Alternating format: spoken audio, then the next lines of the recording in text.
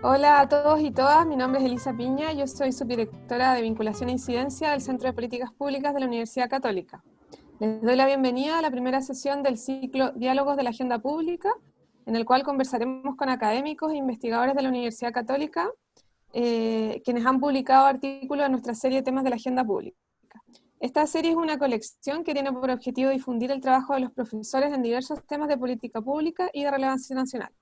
En esta oportunidad estamos con Catalina Rufs, investigadora del Instituto de Sociología UC, quien es coautora, junto al decano de la Facultad de Ciencias Sociales, Eduardo Valenzuela, de la publicación Familias Numerosas, Vulnerabilidad y Riesgo, Propuestas para una Política Social Compensatoria. Hola Catalina, muchas gracias por estar aquí. Para comenzar, cuéntanos por favor, ¿cómo se define la familia numerosa? ¿Cuántas hay en Chile y más o menos cuál es su realidad? Ya, hola, primero que todo, muchas gracias por la invitación. Y bueno, partiendo por tu pregunta, la definición más general que hay de familias numerosas son aquellas que se conforman por uno o dos ascendientes que tengan 3 o más hijos menores de 18 años, sean o no comunes entre ambos. Pero hay países que han avanzado más en el tema y tienen definiciones más especializadas al respecto, dependiendo de cada ley, en el fondo. Bueno, siguiendo la tendencia mundial, este tipo de familias en Chile ha ido sistemáticamente disminuyendo y hoy representan solamente un 4% del total de los hogares a nivel nacional. Pero contrario al imaginario social que hay de estas familias, que uno imagina como una familia numerosa católica, que en general tiene altos recursos, que es como lo que se piensa usualmente de este tipo de familias, lo que más caracteriza a este tipo de hogares es la pobreza. ¿Y por qué? Porque, bueno, si bien son un 4% de los hogares a nivel nacional, estas están sobre representadas en los estratos más pobres y alcanzan a ser un 13% de los hogares en extrema pobreza y un 11% de los hogares en pobreza. Y un último dato que quizás es útil como para caracterizarla es que un 45% de los hogares numerosos se encuentran en el primer quintil de ingresos de nuestra sociedad. Lo cual es consistente con literatura nacional e internacional al respecto, que habla de una relación importante entre una mayor cantidad de hijos y el bienestar asociado a la familia. Y Perfecto. lo último que quería agregar en esto es que algo fundamental de estas familias es que usualmente uno pensaría que hay una decisión de tener hijos y por lo mismo la gente se pregunta como por qué vamos a ayudar o por qué nos vamos a fijar en una familia que decidió tener más hijos. Pero el tema es que acá hay dos factores que influyen, tanto socioeconómicamente como de composición de hogares, que no es solamente la decisión de los padres y madres de tener más hijos, sino que influye. Uno, que las familias numerosas tienen mucha mayor prevalencia de ser recompuestas, es decir, el clásico dicho como de los tuyos, los míos y los nuestros, o en muchos casos solo los tuyos y los míos y forman un hogar. Y también, que es algo que ha resonado mucho últimamente como en la voz pública, movimiento feminista, es que con tan bajo nivel de educación sexual, hay, como vale la pena cuestionarse en qué medida todas las familias pueden decidir la planificación de sus núcleos. Súper. ¿Y cuáles son, de acuerdo a ustedes, son las principales dificultades a las que se enfrenta este tipo de familia? Bueno, de acuerdo a la evidencia nacional e internacional que fuimos viendo, existen 4 desventajas centrales. En primer lugar está el logro educacional de los hijos e hijas de estas familias, que disminuye sostenidamente de acuerdo a la cantidad de hijos. Es decir, cuando se tienen 1, 0, 1 o 2, o sea, no 0, 1 o 2 niños o niñas, en realidad los puntajes, por ejemplo, en pruebas estandarizadas como el CIMSE acá en Chile, son bastante similares, pero en la medida en que vamos aumentando de 3, 4, 5, 6 niños o niñas en el hogar, entonces el logro académico, el puntaje que ellos obtienen tanto en matemática como lenguaje, en distintas áreas, disminuye de manera significativa y sostenida. Y esto lo piensan algunos autores. Blake acuñaba esta teoría que es la de dilución de recursos, y que es que cuando aumentan las personas en el hogar, no solamente disminuyen los recursos económicos, sino que también los materiales, el tiempo, la dedicación, y toda la disponibilidad en el fondo de atención que tenga cada uno de sus miembros. La segunda dificultad que es muy importante en este tipo de familias, sobre todo acá en Chile, son los altos niveles de hacinamiento. Estas familias tienen en general, en promedio, casi 6 veces más probabilidades de estar hacinadas que los hogares que no tienen familias numerosas. Y también en términos económicos, una vez que las familias se vuelven numerosas y aumenta el número de hijos, disminuye también la participación laboral de alguno de los miembros en el hogar. Así estas familias tienen menos probabilidades de tener dos perceptores. Y que, dado que vivimos en una sociedad patriarcal, se ha demostrado internacionalmente que usualmente es la mujer quien finalmente se queda en la casa al cuidado de los niños o niñas. Y, por último, y en relación con esta dificultad, estas familias, al tener un mayor nivel de gastos ordinarios, y hasta controlando por el nivel de ingresos que tienen una menor posibilidad de ahorro mensualmente para enfrentar distintos periodos de crisis, bueno, como el que estamos viviendo actualmente. Oye, Catalina, y ustedes en el artículo dicen que estas familias no han sido prioritarias para las políticas públicas. ¿Por qué afirman eso? ¿Por qué se ha dado? Bueno, en realidad no hay una respuesta así correcta que, a nuestro juicio, lo que hemos reflexionado al respecto es que la baja prioridad que han tenido es, en primer lugar, este imaginario del cual les hablaba antes, de que la familia numerosa en realidad es una familia como católica, usualmente ligada a la iglesia. También este imaginario se ha dado en otros países, porque antes probablemente era así, pero la tendencia a la baja natalidad en la mayoría de los países ha hecho que hasta las familias católicas también disminuyan la cantidad de hijos que hay. Pero este imaginario quedó dando vuelta. Entonces creemos que el gobierno o el Estado más bien, al compensar los riesgos de estas familias, se entendería públicamente como que le está dando un bono a las personas católicas.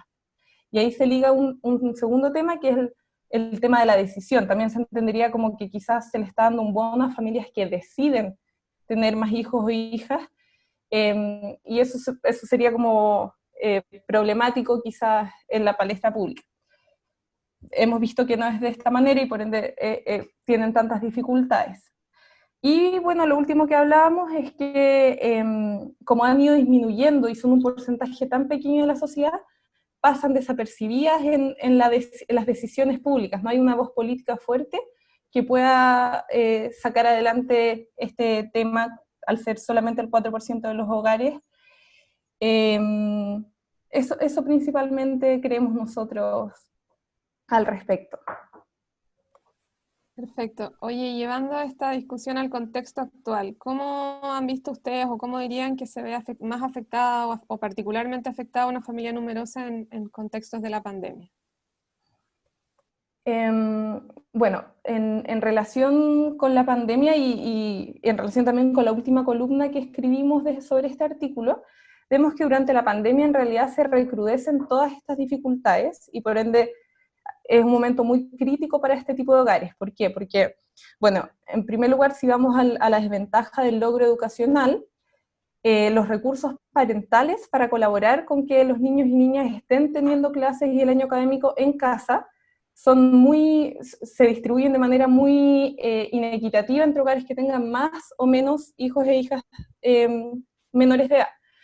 Entonces, apoyar a un hogar, no sé, por ejemplo, en un hogar donde hay un niño que tiene que estudiar versus en uno que hay 3 o 5, es muy distinta la capacidad de la mamá o del papá de poder apoyar ese proceso educativo.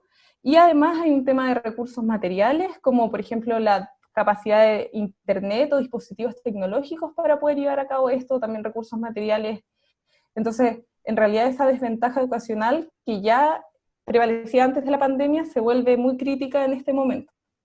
Y esto se recrudece aún más si tomamos en cuenta que estos hogares tienen tantas probabilidades de estar en hacinamiento, porque en qué espacio, bueno, el hacinamiento influye no solo en términos educativos, sino que también en términos de salud mental, cómo se vive una cuarentena obligatoria en un hogar donde no existen suficientes espacios para contener a todas las personas.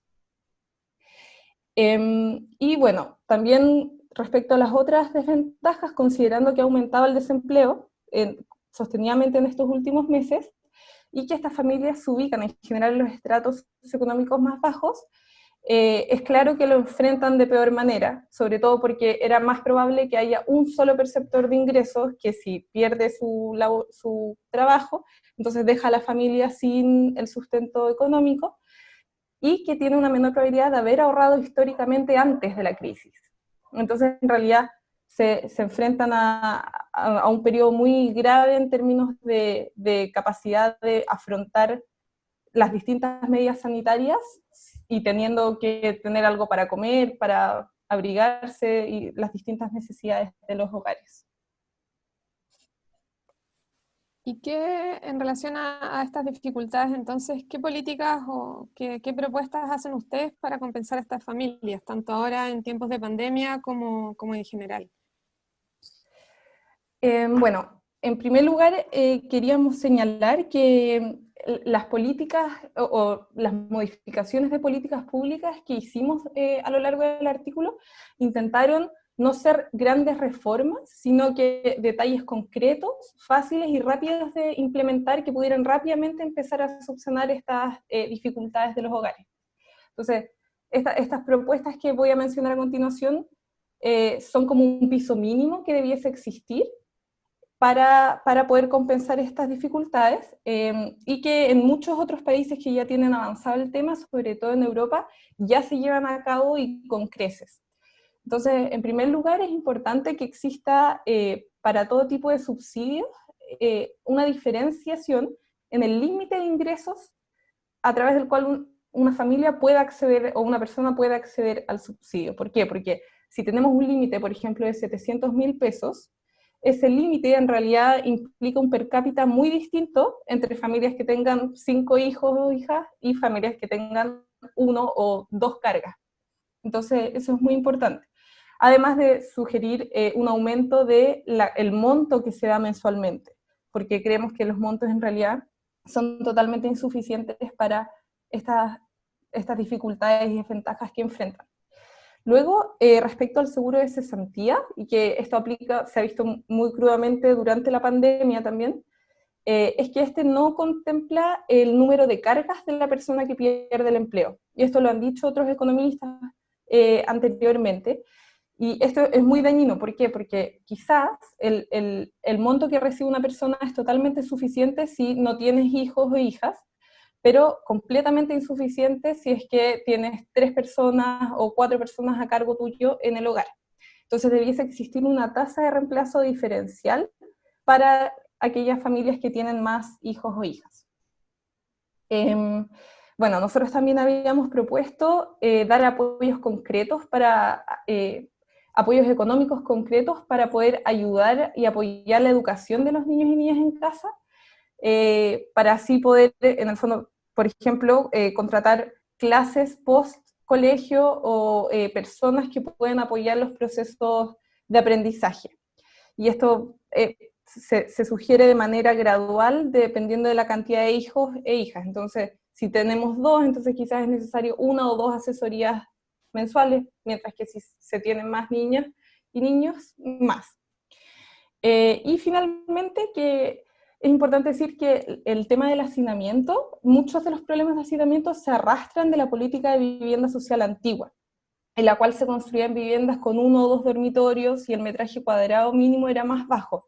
Entonces, probablemente con el tiempo igual vayamos viendo que esto disminuye, pero como mayor impulso para disminuir el hacinamiento, creemos que es importante 2 o 3 cosas en particular.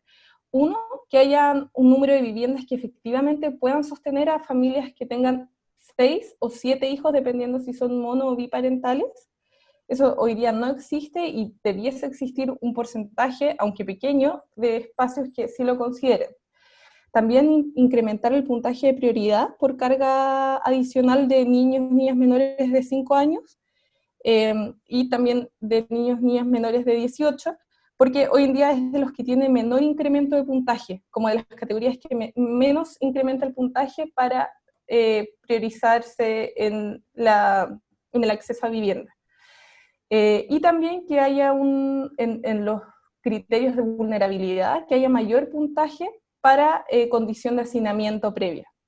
Y finalmente, como muchas de estas familias son recomposiciones, se requiere una política que tenga cierto grado de flexibilidad para ir modificando el estado habitacional de personas que pueden ir cambiando su composición familiar a lo largo del tiempo.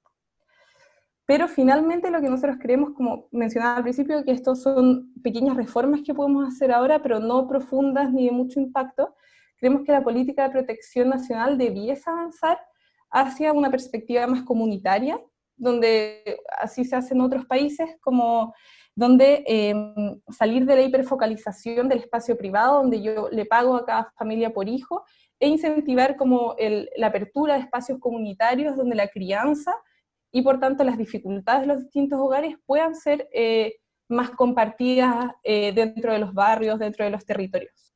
Así incentivar espacios, por ejemplo, de apoyo luego del colegio, donde pueden ir estos niños o niñas con sus familias o cuidadores, y así poder en el fondo avanzar hacia una política más cohesiva socialmente, desprivatizando un poco como estas dificultades internas de cada hogar y cada familia.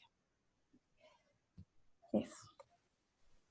Oye, para ir terminando, ¿cómo podemos velar para que estas propuestas que hacen ustedes sean políticas compensatorias de la vulnerabilidad y no de incentivo demográfico? Eso fue algo que estuvimos muy conscientes en un comienzo, porque era importante dejar en claro que estas políticas eran para compensar las dificultades y no para incentivar un aumento de la tasa de natalidad. Pero en realidad, para que una política deje de ser compensatoria y pase a la línea de un real incentivo para que las familias tengan más niños y niñas, en realidad deben ser mucho más potentes y profundas. Entonces, hemos visto como países, por ejemplo Japón u otros países que han intentado en los últimos años aumentar la tasa de natalidad, en realidad, por ejemplo, habían triplicado la oferta de gasto por hijo en cada hogar, habían hecho subsidios importantes a nivel de cuidado en salas cunas, etc. Y también habían, por ejemplo, eliminado el pago de colegios para poder incentivar y que los niños y niñas no sean tan caros, y aún así, con todas esas condiciones, se preguntaban si era suficiente como para, en el fondo, como para superar todos los fenómenos sociales que están a la base de que disminuya la natalidad, como el ingreso de la mujer al mercado laboral, u otros fenómenos que están de base. Entonces, en realidad, con estas pequeñas reformas o estos pequeños cambios que estamos proponiendo, quedaríamos muy cortos en el fondo para efectivamente incentivar a que alguien decida tener más hijos o hijas. Súper. Bueno, Catalina, con esto ya llegamos al final de la conversación. Te agradecemos mucho por esto y a quienes estén viendo los invitamos a descargar y leer la publicación Familias numerosas, vulnerabilidad y riesgo, propuestas para una política social compensatoria, que está disponible en nuestro sitio web www.politicaspublicas.cl. Muchas gracias. Muchas gracias a ustedes.